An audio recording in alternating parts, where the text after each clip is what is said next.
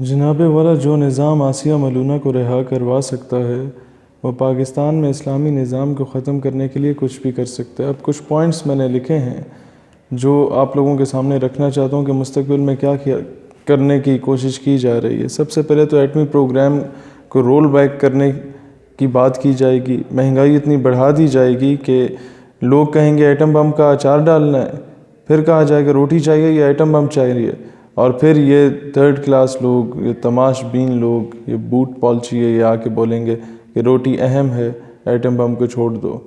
پھر قادیانیوں کو مسلمان کہنے کا شور اٹھے گا، اور ایک دن یہی پارلیمنٹ ان کو مسلمان کہلوانے کے لیے بل منظور کرے گی جس نے کم عمر شادی پر پابندی لگا دی۔ کم عمر اٹ مینس کہ بلو 18 ایئرز۔ اس کے بعد انہوں نے یہی پارلیمنٹ نے شراب نوشی پر پابندی کے بل کو مسترد کر دیا تھا۔ یہی پارلیمنٹ آپ کے جو ہے وہ قادیانیوں کو دوبارہ مسلمان قرار دینے میں کوئی کردار بھی ادا کیا جا سکتا ہے۔ کیوں کیا جا سکتا ہے؟ جب ایک گستاخ کو چھوڑا جا سکتا ہے تو دوسرا گستاخی کا عمل کرنا کوئی مشکل کام نہیں ہے۔ دین تیسرا کام کیا کیا جا رہا ہے کہ پھر مدارس کی باری آئے گی۔ ان کو قومی دھارے میں لانے کی آڑ میں مدارس کا سسٹم توڑا جائے گا۔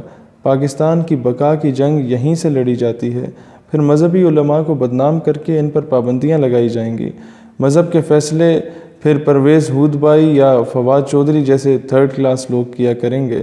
اس کا آغاز بھی ہو چکا ہے۔ پھر پوائنٹ نمبر 4، پھر پٹھانوں کو غدار قرار دے کر ان کو پاکستان سے متنفر کیا جائے گا۔ ان کا بھی آغاز ہو چکا ہے۔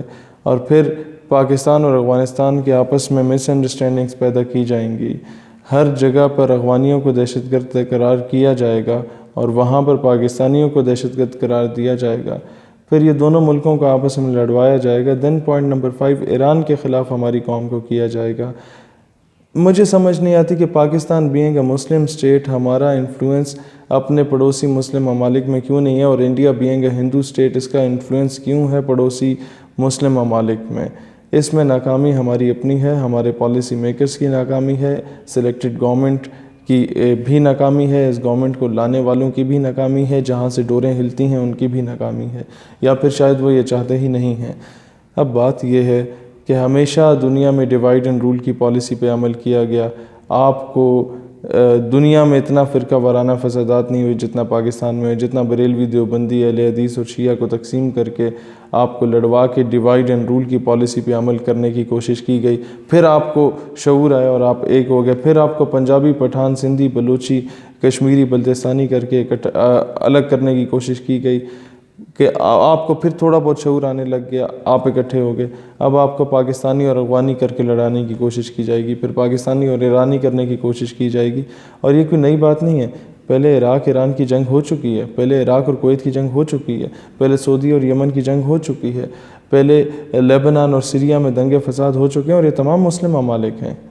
ان میں سے کسی کی جنگ کسی غیر مسلم ممالک کے ساتھ نہیں ہوئی تھی، آپس میں ہی لڑوایا گیا۔ پھر امن کے قیام کے لیے امریکہ تشریف لایا، تیل کے سارے ذخائر لے گیا۔ آپ کے یہاں پر آ کے بلوچستان کے سارے ذخائر لے کے جانے کی بات کی جا رہی ہے، یہاں پر آ کے آپ کی گوادر کی بندرگاہ پر قبضہ کرنے کی بات کی جا رہی ہے۔ اس طرح کے تمام دنگے فساد کیے جائیں گے، اور اس میں ایک بات باضابطہ طور پہ کہنا چاہتا ہوں، ہمارے جتنے اسٹوڈنٹ لیڈرز ہیں ہر پلیٹ فارم پہ جا کے آواز اٹھائیں کہ ان سازشوں سے بچنے کے لیے ہم نے ان مغربی آقاؤں کو اپنی صفوں سے نکالنا ہے، ہمارے اداروں سے، ہمارے گورنمنٹ کے انسٹیٹیوشن سے، باضابطہ طور پہ گورنمنٹ سے، اور ہمارے ٹیچنگ سیکٹر سے بھی۔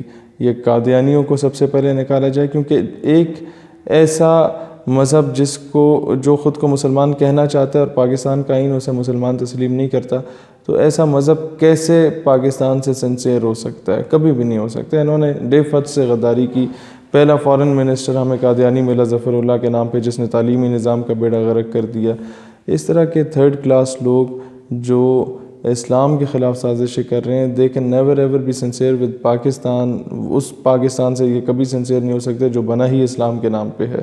تو سب سے پہلے تو انہیں نکالا جائے۔ یہ ہماری بڑی بڑی پوسٹ پہ بیٹھے ہوئے ہیں، یہی سازشی ٹولہ ہے، یہی اسلام کے خلاف یوز کیا جاتا ہے، اور الٹیمیٹلی پھر پاکستان کے خلاف یوز کیا جاتا ہے۔